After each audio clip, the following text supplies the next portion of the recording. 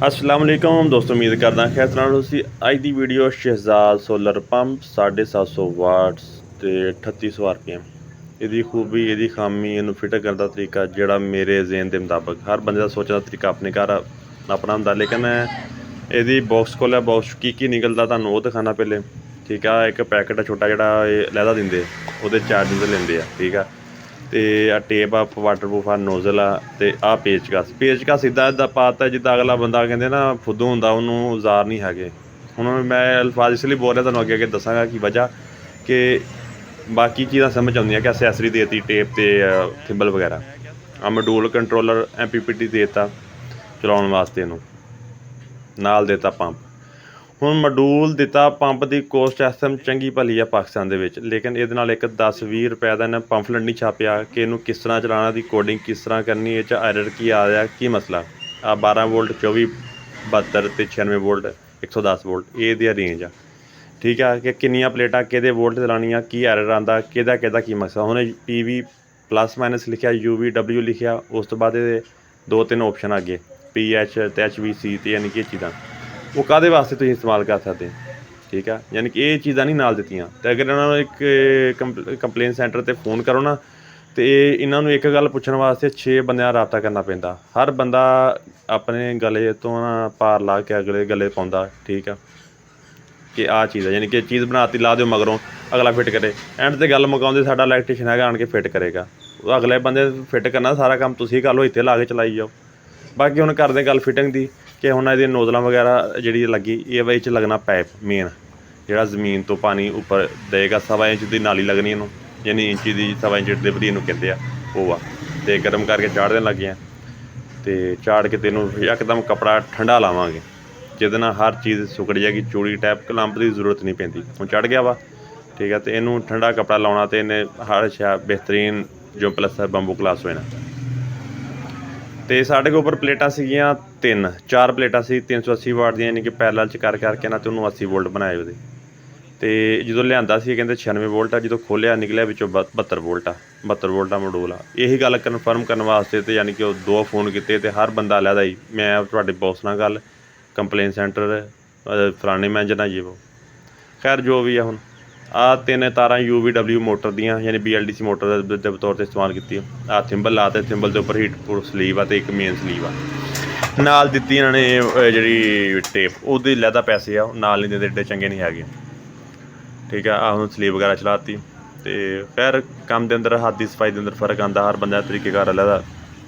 ਅਸੀਂ ਦੇਸੀ ਤਰੀਕਾ ਇਸਤੇਮਾਲ ਕਰਦੇ ਹਾਂ, ਪੁਰਾਣੇ ਬਾਬਿਆਂ ਵਾਲਾ। ਇਹਨੂੰ ਕੁਛ ਲਾ ਕੇ ਟੇਪ ਸ਼ੇਪ ਲਾ ਕੇ ਇਹਨੂੰ ਸਲੀਵ ਲਾਤੀ ਆ। ਇਸ ਇੱਕ ਸਭ ਤੋਂ ਵੱਡੀ ਨਾਲ ਗਲਤੀ ਇਹ ਵਾ ਕਿ ਇਹਨਾਂ ਪੰਪ ਦੇ ਨਾਲ ਸਿਰਫ 1 ਮੀਟਰ ਦਾ ਟੋਟਾ ਦਿੰਦੇ ਆ ਤਾਰ ਦਾ। ਬੰਦਾ ਪੁੱਛੇ ਇੰਨੇ ਪੈਸੇ ਲਏ ਆ, ਕੋਈ 10-12 ਫੁੱਟ 15 ਫੁੱਟ ਯਾਨੀ 2-4 ਮੀਟਰ ਤਾਰ ਦਿਓ, ਤਾਂ ਕਿ ਪਾਣੀ ਦੇ ਉੱਪਰ ਆ ਕੇ ਉਹ ਖੁਸ਼ਕੀ 'ਚ ਰਵੇ ਜੋੜ। ਅਗਰ ਜੋੜ ਲਾਉਣਾ ਵੀ ਪੈ ਜਾਵੇ, ਖੁਸ਼ਕੀ 'ਚ ਰਵੇ। ਪੰਪ ਥੋੜ੍ਹੀ ਯਾਨੀ ਕਿ 1 ਮੀਟਰ ਦਾ, ਇਹ ਸਲੀਵਾਂ ਨਾਲ ਦੇ ਦਿੰਦੇ ਆ ਪੈਸੇ ਲੈ ਕੇ, ਤਾਂ ਕਿ ਪਾਣੀ 'ਚ ਜਾਣ ਅਤੇ ਕੰਮ ਪਵੇ। ਇਹੀ ਕੋਈ 2-4 ਮੀਟਰ 10 ਮੀਟਰ ਤਾਰ ਦੇ ਪੈਸੇ ਲੈ ਲਿਆ ਕਰਨ, ਉਹੀ ਵੱਧ ਛੱਡਣ, ਤਾਂ ਕਿ ਜੋੜ ਰਵੇ ਖੁਸ਼ਕੀ 'ਚ। ਪਰ ਕੌਣ ਸਮਝਾਵੇ, ਬਸ ਮਾਲ ਵੀ ਬਣਾਈ ਜਾਓ ਅਤੇ ਵੇਚੀ ਜਾਓ। ਅਤੇ ਪੰਪ ਬੋਰ 'ਚ ਸੁੱਟਤਾ, ਅਤੇ ਇਹਦੀ ਵੀਡੀਓ ਜਿਹੜੀ ਉਹ ਨਹੀਂ ਬਣੀ।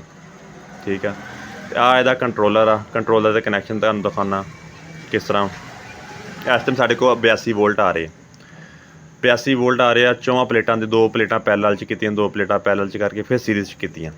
ਠੀਕ ਆ, ਪੁਰਾਣੀਆਂ ਪਲੇਟਾਂ ਪਹਿਲੇ 2 PV+ ਅਤੇ ਮਾਈਨਸ ਲਾਉਣੀਆਂ, ਅਤੇ ਅੱਗੇ UVW ਉਹ ਲਿਖਿਆ ਹੁੰਦਾ, ਉਹ ਆਸਾਨ। ਅਤੇ ਇਹਨੂੰ ਮੈਂ ਚਲਾ ਕੇ ਤੁਹਾਨੂੰ ਇਹਦਾ ਪ੍ਰੈਸ਼ਰ ਦਿਖਾਉਂਦਾ ਕਿ ਕਿੰਨਾ ਪ੍ਰੈਸ਼ਰ ਹੈ। ਇਸ ਟਾਈਮ ਤਕਰੀਬਨ ਟਾਈਮ ਜਿਹੜਾ 4 ਵਜੇ ਦੇ ਕਰੀਬ ਆ, ਅਤੇ ਧੁੱਪ ਨਹੀਂ ਇੰਨੀ ਖਾਸ, ਲੇਕਿਨ ਉਸ ਦੇ ਬਾਵਜੂਦ ਇਹਦਾ ਰਿਜ਼ਲਟ ਅੱਛਾ ਹੈ। ਇਸ ਚੀਜ਼ ਨੂੰ ਮੰਨਣਾ ਪਏਗਾ ਕਿ ਇਹ ਚੀਜ਼ ਅੱਛੀ ਆ।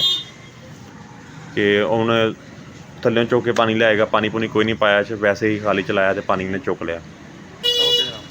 ਆਹ ਚੀਜ਼ ਆ, ਲੇਕਿਨ ਇਹ 'ਚ 2-4 ਆਪਸ਼ਨ ਹੈਗੇ MPPT ਦੇ, ਵਾਲ ਦੇ, ਅਤੇ ਉਹਦੇ ਉਹ ਨਹੀਂ ਮੈਨੂੰ ਖੈਰ ਸਮਝ ਆਏ ਉਹ ਕਾਹਦੇ ਆ। ਅਗਰ ਕਿਸੇ ਦੋਸਤ ਬਾਬ ਨੂੰ ਸਮਝ ਆਉਂਦੇ ਕਿਹਦੇ ਕੋ ਆਪਸ਼ਨ ਆ, ਐਂਡ ਵਾਲੇ ਜਿਹੜੇ 4 ਥਿੰਬਲ ਆ ਫੰਕਸ਼ਨ, ਉਹ ਕਾਹਦੇ ਆ, ਜੇ ਕਿਸੇ ਨੂੰ ਪਤਾ ਤਾਂ ਉਹ ਲਾਜ਼ਮੀ ਕਮੈਂਟ ਕਰੇ। ਲੇਕਿਨ ਜਿਹੜੇ ਮੈਂ ਇਸ ਟਾਈਮ ਸਾਦਾ ਚਲਾਏ ਆ, ਕਿ TV ਲਾ ਕੇ ਅਤੇ UVW ਲਾ ਕੇ ਨਾ, TC TH ਅਤੇ WC ਅਤੇ LH, ਯਾਨੀ ਇਹ ਕਾਹਦੇ ਆ, ਇਹ ਨਹੀਂ ਮੇਰੀ ਸਮਝ ਆਈ। ਮਜ਼ੀਦ ਅਗਰ ਇਸ ਦੇ ਬਾਰੇ ਮੈਨੂੰ ਇਲਮ ਹੋਇਆ, ਤੁਹਾਨੂੰ ਅਗਲੀ ਵੀਡੀਓ ਦੱਸਾਂਗਾ, ਇਹਦਾ ਕੋਈ ਮੌਕਾ ਮਿਲਿਆ। ਲੇਕਿਨ ਅਗਰ ਕਿਸੇ ਹੋਰ ਨੂੰ ਪਤਾ, ਲਾਜ਼ਮੀ ਕਮੈਂਟ ਕਰਿਓ। ਹੁਣ ਇਸ ਟਾਈਮ ਚਲਾਤਾ 80 ਵੋਲਟ ਆ, ਲੇਕਿਨ ਜੋ ਲੋਡ 'ਤੇ ਆਉਂਦਾ ਉਹਦੇ ਵੋਲਟ 66 ਰਹਿ ਜਾਂਦੇ। ਅਗਰ ਮੈਂ ਕਨੈਕਸ਼ਨ ਚੇਂਜ ਕਰ ਦਿਆਂ ਤਾਂ ਮਜ਼ੀਦ ਇਹਦਾ ਪ੍ਰੈਸ਼ਰ ਜਿਹੜਾ ਉਹ ਵੱਧ ਜਾਏਗਾ, ਕਿਉਂਕਿ ਇਹਨੂੰ ਤਕਰੀਬਨ 80 ਵੋਲਟ ਹੀ ਚਾਹੀਦਾ ਅਗਰ ਮੈਂ ਪਲੇਟਾਂ 'ਤੇ ਵਧਾ ਦਿਆਂ। ਅਤੇ ਤੁਹਾਨੂੰ ਅੰਪੇਅਰ ਨੋਟ ਕਰਵਾਉਣਾ, ਇਹਦੇ ਅੰਪੇਅਰ ਕਿੰਨੇ ਆ ਬੈਕ ਸਾਈਡ ਤੋਂ ਅਤੇ ਕਿੰਨੇ ਅੰਪੇਅਰ ਲੈ ਰਿਹਾ ਅਤੇ ਅੱਗੇ ਚੱਲ ਰਿਹਾ। ਅਤੇ ਇਸ ਤਰ੍ਹਾਂ ਦੀ ਵੀਡੀਓ ਵੇਖਦੇ ਵਾਸਤੇ ਚੈਨਲ ਲਾਜ਼ਮੀ ਸਬਸਕ੍ਰਾਈਬ ਕਰਿਓ। ਇਸ ਤਰ੍ਹਾਂ ਦੀ ਵੀਡੀਓ ਅਪਲੋਡ ਕਰਦੇ ਰਹਾਂਗੇ ਇਨਸ਼ਾਅੱਲਾ, ਅੱਲਾਹ ਖੈਰ ਰੱਖੇ। ਅਤੇ ਕੋਈ ਕਮੀ ਪੇਸ਼ੀ ਹੋਵੇ ਲਾਜ਼ਮੀ ਕਮੈਂਟ ਕਰਿਓ। ਜਿਹੜੀ ਸਾਡੇ ਕੋਲ ਦੀ ਗਲਤੀ ਤੁਸੀਂ ਜਿਹੜੇ ਸੀਨੀਅਰ ਹਜ਼ਰਾਤ ਲਾਜ਼ਮੀ ਦੱਸਣ।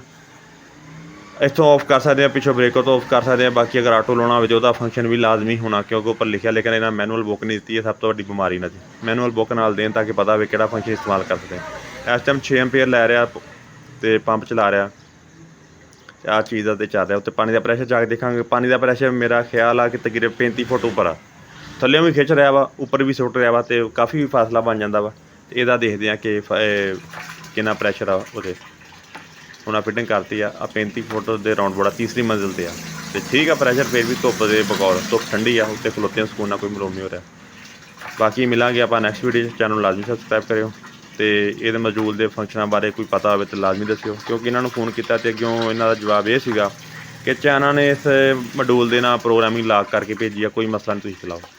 ਇਹ ਬੰਦੇ ਖੁਦ ਦੱਸ ਦਿਓ ਜੇ ਕਰਨੀ ਪਵੇ, ਜੇ ਕੋਈ ਅਪ ਡਾਊਨ ਕਰਨੀ 100 ਪ੍ਰੋਗਰਾਮ ਤੁਸੀਂ ਦੱਸੋ, ਜੇ ਆਈ ਹੈ ਪ੍ਰੋਗਰਾਮਿੰਗ ਹੋ ਗਿਆ। ਪਰ ਅੱਲਾ ਨਾਲ ਹਦਾਇਤ ਦੇਵੇ। ਅਤੇ ਮਿਲਾਂਗੇ ਨੈਕਸਟ ਵੀਡੀਓ 'ਚ।